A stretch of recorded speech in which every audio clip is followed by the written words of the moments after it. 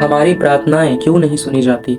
कई बहुत बड़े-बड़े कारण हैं। इन सभी बातें आपको वचन के अनुसार बताई जाएँगी, जिसके कारण आप परमेश्वर के वचन रूपी आईने से अपने आप को जाँच सकें और अपने रिश्ते को परमेश्वर के साथ बहुत बेहतर कर सकें। और सबसे बड़ा कारण यह हमारा मन, जिसमें असाधारण रोग लगा है और मन से ही विश्वास होता है। जैसा रोमियो का 10:9 में लिखा है कि यदि तू अपने मुंह से यीशु को प्रभु जानकर अंगीकार करे और अपने मन से विश्वास करे कि परमेश्वर ने उसे मरे हुए में से जिलाया, तो तू निश्चय उद्धार पाएगा।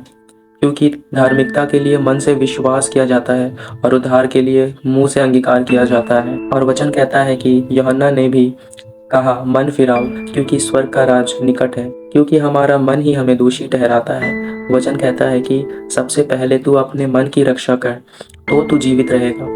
और दाऊद ने भी प्रार्थना की कि परमेश्वर मेरे अंदर शुद्ध मन और स्थिर आत्मा नए सिरे से उत्पन्न कर।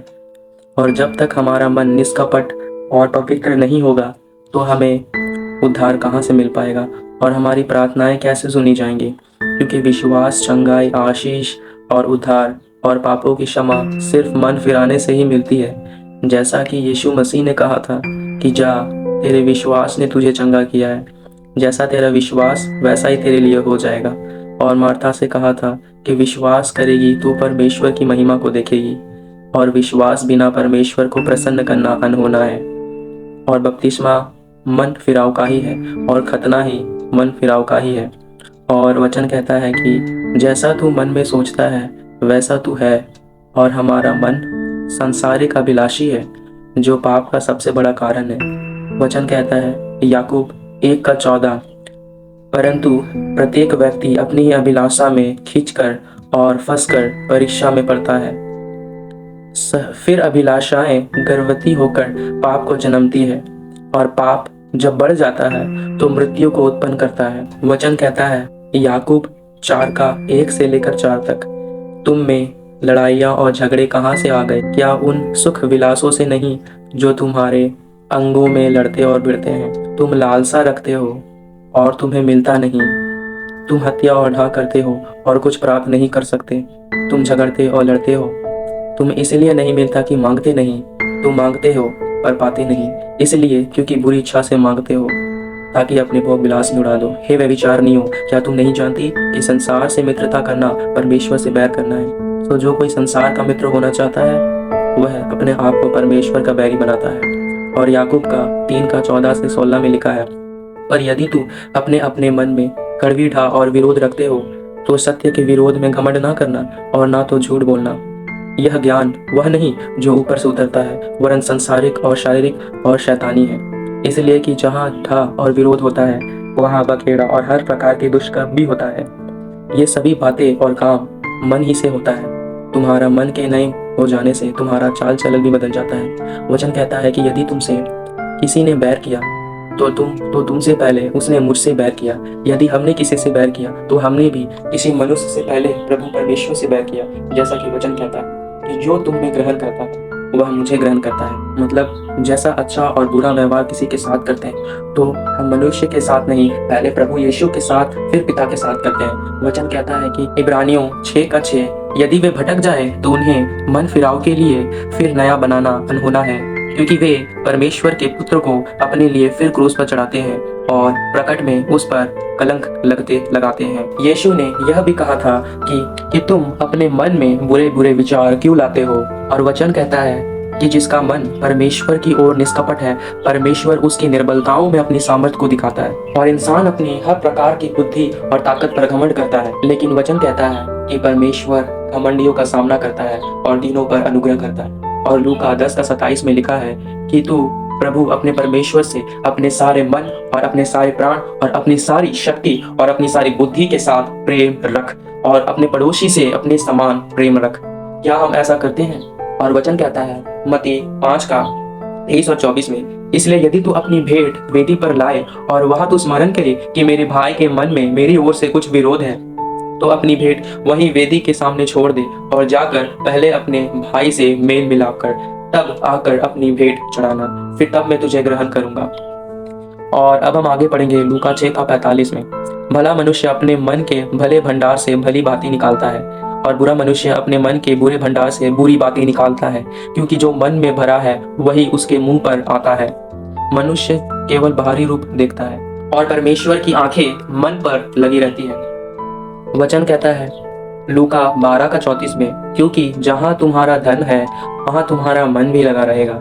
और लूका 13:3 में 2 बार इस बात को रखा गया है, मैं तुमसे कहता हूं कि नहीं, परंतु यदि तुम मन ना फिराओगे तो तुम सब भी इसी रीति से नाश हो जाओगे।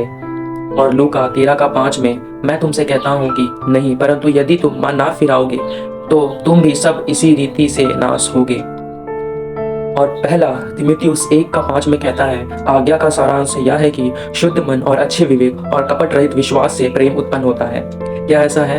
एक बार अपने आप से पूछे, जब कभी भी आप प्रभु से प्रार्थना करते हैं तो कहीं ऐसा तो नहीं कि कोई आपका भाई बहन या आपका पड़ोसी आपसे नाराज है, या आपके मन में किसी के लिए कोई विरोध है, या आप किसी को माफ नहीं कर रहे, या इसके अलावा किसी को जाने या अनजाने में दिल दुखा रहे हैं या दिल दुखाया है, या फिर किसी से अपनी गलती की माफी नहीं मांगी और अपने गुप्त पापों को, या कुछ भी ऐसी बात या ऐसे काम जिससे आपको शर्मिंदगी महसूस होती है, वो गलती आपने कभी प्रभु यीशु मसीह के सामने नहीं मानी।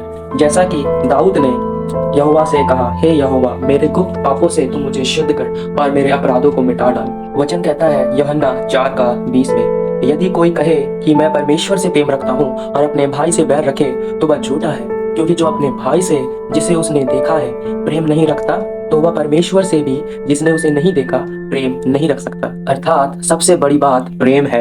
यूहन्ना 3:16 में लिखा है, क्योंकि परमेश्वर ने जगत से ऐसा प्रेम रखा कि उसने अपना एकलौता पुत्र दे दिया, ताकि जो कोई उस पर विश्वास करे वह नाश ना हो परंतु अनंत जीवन पाए। बाइबल का आधार ही प्रेम है। गलातियों 5:22 और 23 में लिखा है, पर आत्मा का फल प्रेम, आनंद, मेल, धीरज और कृपा, भलाई, विश्वास, नम्रता और संयम है। ऐसे ऐसे कामों के विरोध में कोई भी व्यवस्था नहीं। यदि आप इन सब बातों में सही निकले हो तो फिर कहीं आप मूर्ति पूजा तो नहीं कर रहे हैं, कहीं आप परमेश्वर को किसी काम में पहला स्थान ना देकर अपने शारीरिक अभिलाषाओं जैसे टीवी, गेम, सिनेमा या गलत या बुरी संगति या किसी वस्तु को अपने लिए मूर्ति बनाकर उसके साथ सबसे ज्यादा समय बिताते हो, जैसे फोन और आपका कोई भी पसंदीदा खेल, या वो सभी काम जिसमें आपने परमेश्वर को पीछे रखा है। और उसका वचन कहता है कि हमारे सारे धर्म के कान परमेश्वर के आगे मैले चित्रों के समान है। तो फिर हमारे लिए जो धर्म के है ही नहीं बल्कि उससे भी बहुत बुरे हैं, जिससे परमेश्वर को घृणा आती है, तो फिर हम परमेश्वर से क्या उम्मीद लगा सकते हैं? वचन कहता है कि अपने शत्रुओं से प्रेम रखो और अपने सताने वालों के लिए प्रार्थना करो, और जो दूसरों की खेती सींचेगा उसकी खेती सींची जाएगी। सबसे पहले एक दूसरे से प्रेम रख, क्योंकि जो एक दूसरे से प्रेम रखता है वह परमेश्वर यीशु से प्रेम रखता है। जो किसी एक से भी प्रेम नहीं रखता या नहीं करता तो वह यीशु और पिता से भी प्रेम नहीं रखता। और थोड़ा सा खमीर पूरा गूदा आटा खराब कर देता है। इस सबसे प्रेम करोगे और माफ करोगे, वह दया भी करोगे तो प्रभु से भी प्रेम करोगे। यदि आप ऐसा करके उसे प्रार्थना करोगे तो वह आपको उत्तर जरूर देगा कि तू संकट के समय मुझे पुकार, मैं तुझे छुड़ाऊंगा और तू मेरी महिमा करने पाएगा। वचन कहता है भजन संहिता 91:3-16 तक, वह तुझे बहीले के जाल और महामारियों से बचाएगा। वह तुझे अपने पंखों की आड़ में ले लेगा और तू उसके पैरों के नीचे शरण पाएगा। उसकी सच्चाई तेरे लिए ढाल और झिलम ठहरेगी। तुम न रात के भय से डरेगा और न उस तीर से जो दिन को उछाड़ता है, और न उस मरीज से जो अंधेरे में फैलती है, और न उस महारोग से जो दिन दोपहरी में उजाड़ता है। तेरे निकट हजारों और तेरी दाहिने 10,000 गिरेंगे, परंतु वह तेरे पास न आएगा। परंतु तू अपनी आंखों से दृष्टि करेगा और दुष्ट के अंत को देखेगा। इसीलिए कोई भी विपत्ति तुझ पर ना पड़ेगी, ना कोई दुख तेरे डेरे के निकट आएगा, क्योंकि वह अपने दूतों को तेरी नियमित आज्ञा देगा कि जहाँ कहीं तू जाए वह तेरी रक्षा करे। वे तुझे हाथ उठा लेंगे, ऐसा न हो कि तेरे पाँवों में पत्थर से भी ठेस लगे। तू सिंह और नाग को कुचलेगा और तू सिंह और अजगर को लताड़ेगा। तूने जो मुझसे प्रेम किया, इस कारण मैं तुझे ऊंचे स्थान में रखूंगा, क्योंकि तूने मेरे नाम को जान लिया है, और जब तू मुझे पुकारेगा तब मैं तेरी सुनूंगा।